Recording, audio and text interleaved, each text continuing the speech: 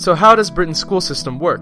Well, prior to 1870, the school system actually was not government regulated, but rather run solely through charitable and private institutions. What changed this, you ask? The Education Act of 1870 permitted local governments to build upon the existing elementary school system, and by 1902, local authorities were able to build their own secondary schools, also known as high schools.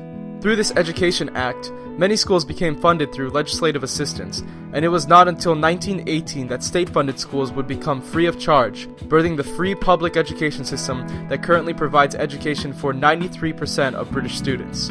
So what about the other 7%? Well, rather than agreeing to be taken over by government, some private institutions decided to remain private. These schools would form what are now called independent or public schools.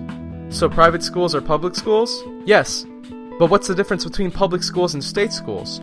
Well, public schools are simply what private schools in Britain are called. In the year 1988, the British government created a national curriculum that all state-funded schools must adhere to. However, public or independent schools are exempt from following this curriculum. Independent schools are still closely monitored and evaluated by the Office for Standards in Education and Child Services and Skills. These offices make sure that the school is running properly, educating the children, and providing them with their daily cup of tea and crumpets. The information taken from these schools must be published online, allowing families to research their options. Although different in curriculum, all British schools follow the same path of education. The stages of British education are comprised of 5 key stages. The first stage consists of the foundation years, which is comprised of years 1 and 2. This is the beginning of education, similar to kindergarten through the earliest years of elementary school.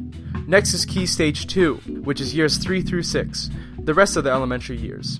Key Stage 3 consists of years 7 through 8, the awkward middle school stage, and the beginning of secondary school. Key Stage 4 is years 10 through 11, or ages 15 to 16. With the Education Act of 1972, all students must complete their schooling to this point.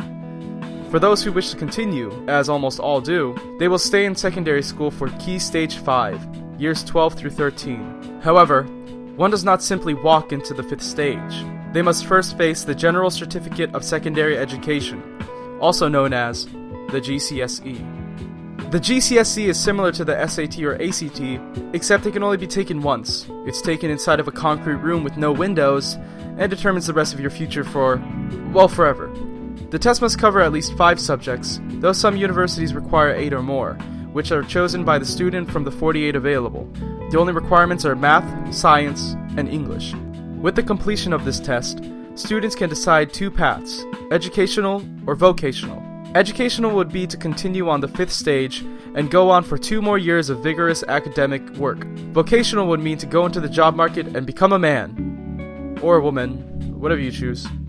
Key Stage 5 is when students are allowed to truly hone their academic abilities. Through rigorous curriculum of advanced level classes and international baccalaureate classes, students will average about 5 hours of in-class study per subject every week, as well as 6 hours of private study, or as it's called by Americans, homework.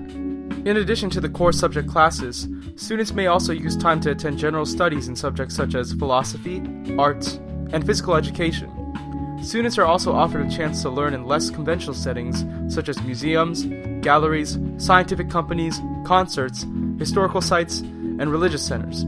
Rather than just focusing on academics, schools choose to culture their students, making them well-rounded individuals. After Key Stage 5, students are sent off to choose their own destiny, whether that's going to college, starting in the workplace, or even becoming a wizard.